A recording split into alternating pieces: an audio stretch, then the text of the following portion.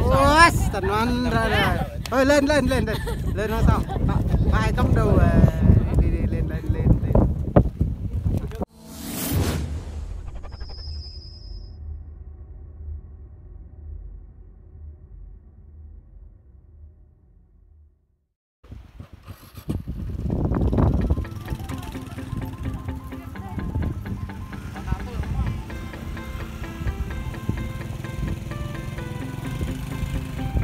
Tụi bà xe nhỉ? Nó bây giờ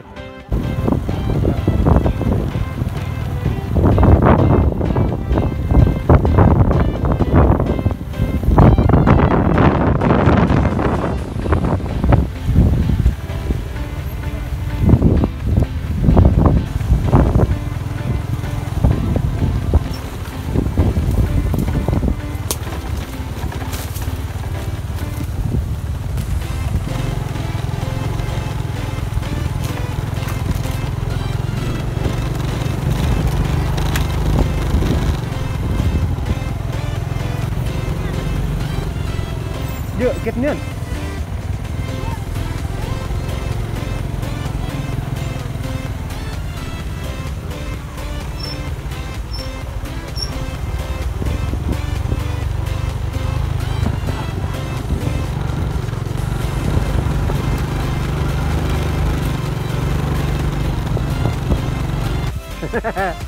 Đang lạc à?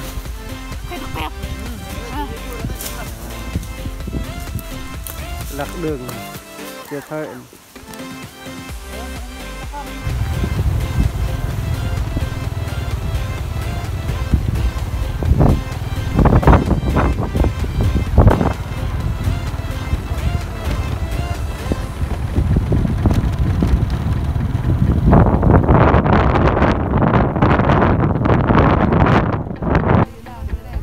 Anh em vẫn đang lạc đường.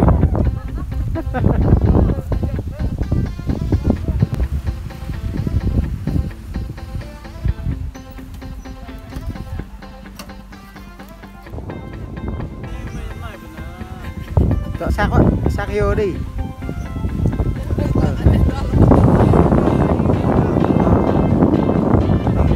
Vẫn đang á.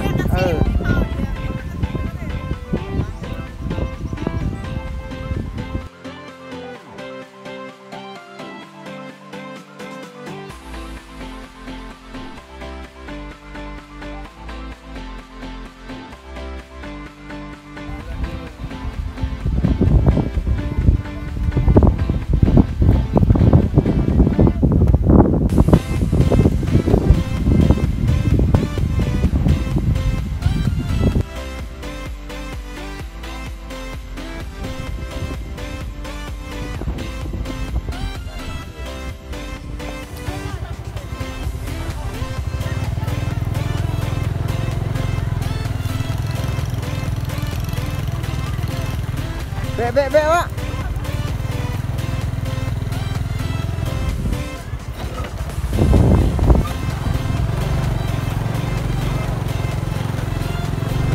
Bẹp xe có to hơn 5.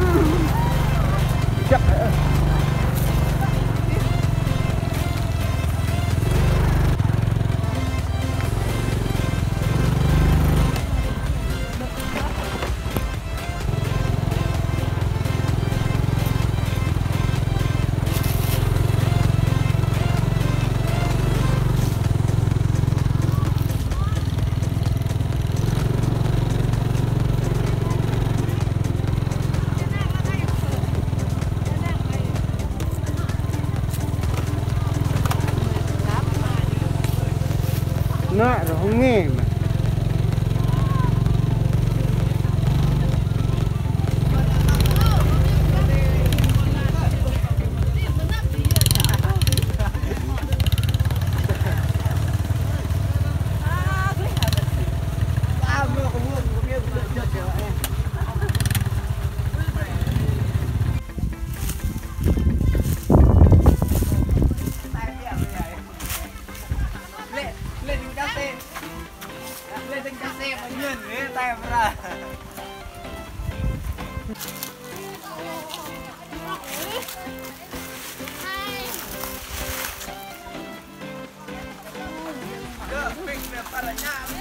Dạ, nhẹ nha bố bố. Hai chai đi.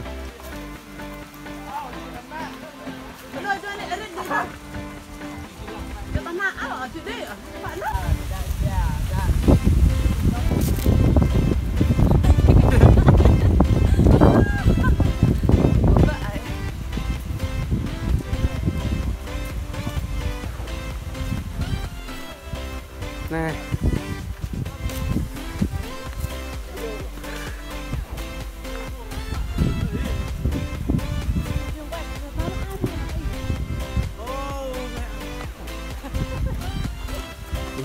Việc hả? Nó khỏe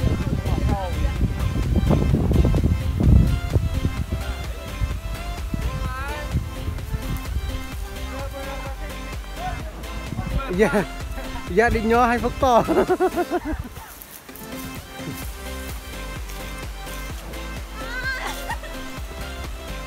Mọi người đi à? Mọi người.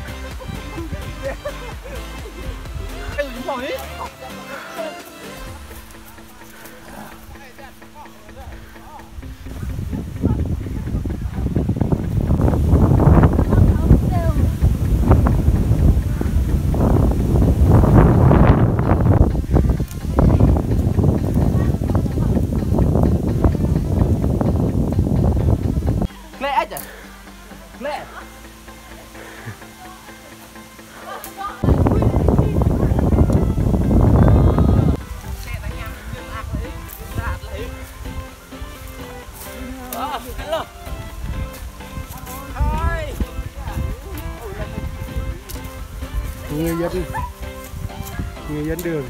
안녕하세요. Like và subscribe ủng hộ kênh của mình nha.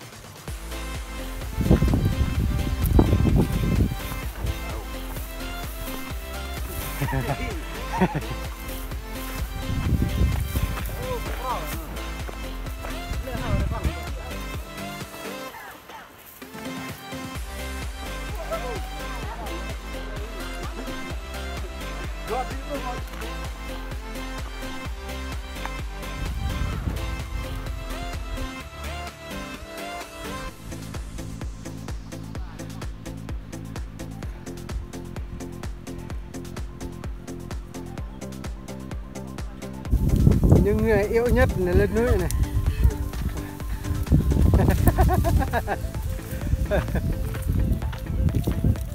Wow, nó bơ lại. Ôi, không đều. Những người yêu nhất nha, mọi người. Tập lại yêu này rồi.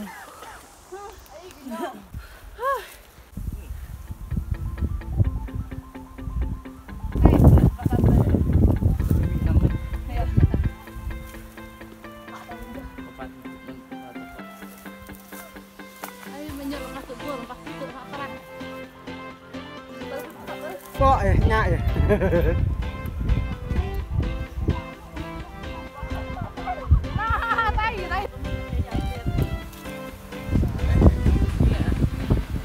Rồi tiếp tục hành trình nữa. Rồi lên.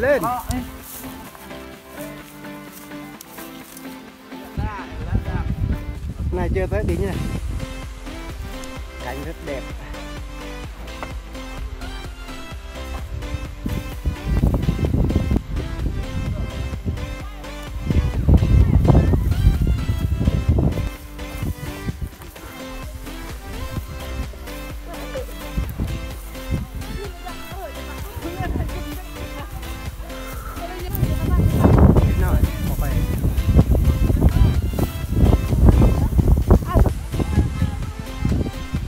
sedikit oh. Tuh oh.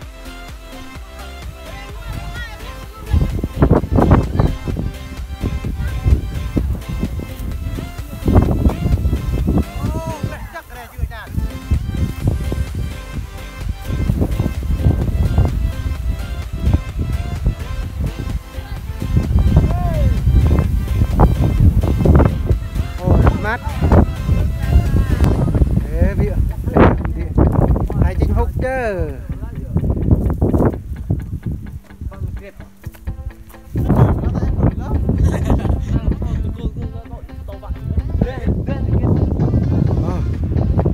Quá cả.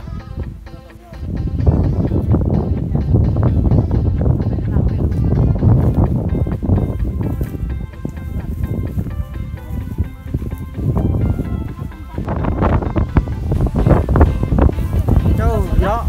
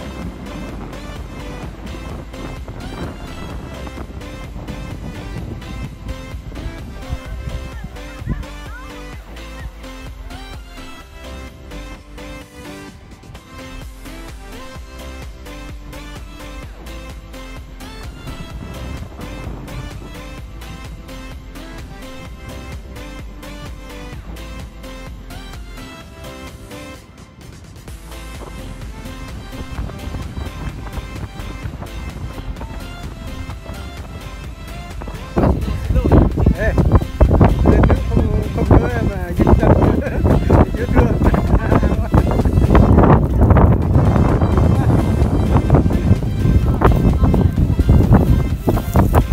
Đồ ngon quá.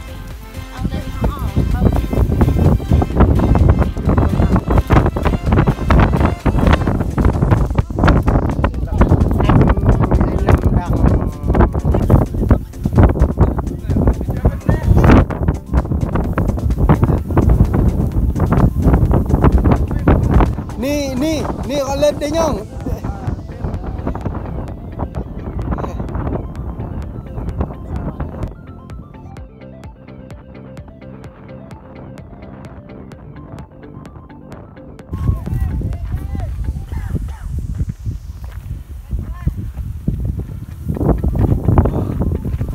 Quá cao. Trời, chị đang già kìa.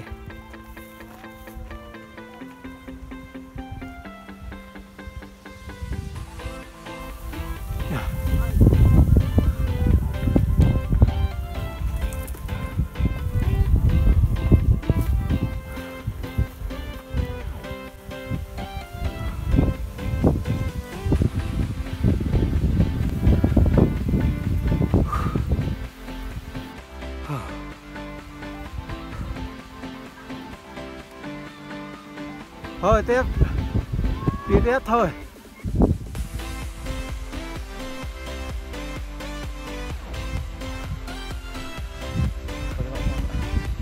Đi ra miệng này.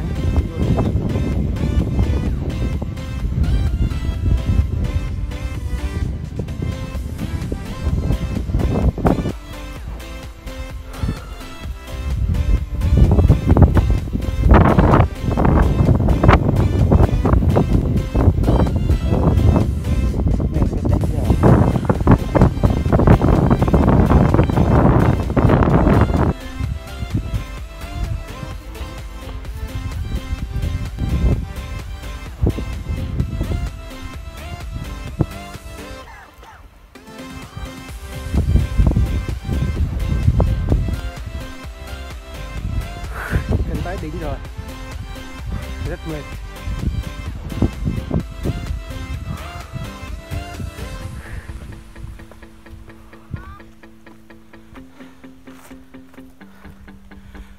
Rất mệt.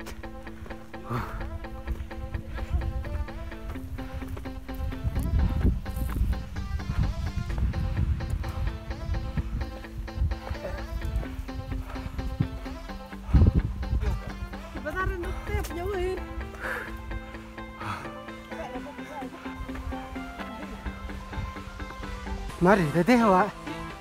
Thôi đi từ từ thôi. Trước sau cũng tới đỉnh mà.